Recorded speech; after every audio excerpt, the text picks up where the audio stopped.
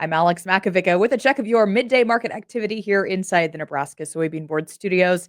Jim McCormick of agmarket.net is joining us for this conversation.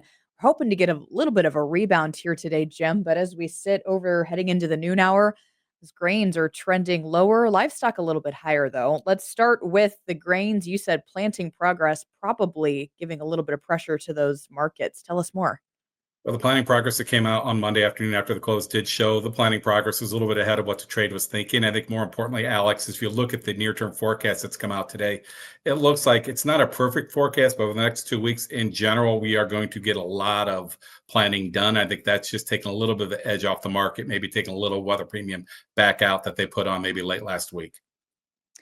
Well, over in the livestock trade today, we have got a rebound from what we saw the downtick yesterday. What's behind that push, Jim?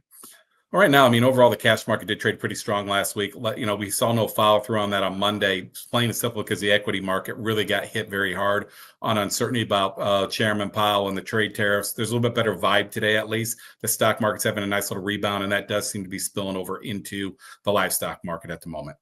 All right, let's take one step back and look at just the macro picture overall. What else is impacting trade that farmers and ranchers should have their eyes on?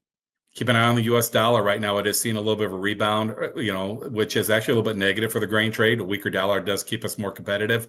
And we'll see. I think overall the dollar is going to continue to weaken, though. I think this is more of a dead cat bounce than anything else. All right, we'll dive into all of those things later this afternoon. Jim McCormick with agmarket.net is joining us to recap today's commodity trade. Again, he'll be joining us on the channel Final Bell this afternoon. Tune in on Rural Radio Network stations or catch the podcast at ruralradionetwork.com. I'm Alex Makovica from inside the Nebraska Soybean Board Studios.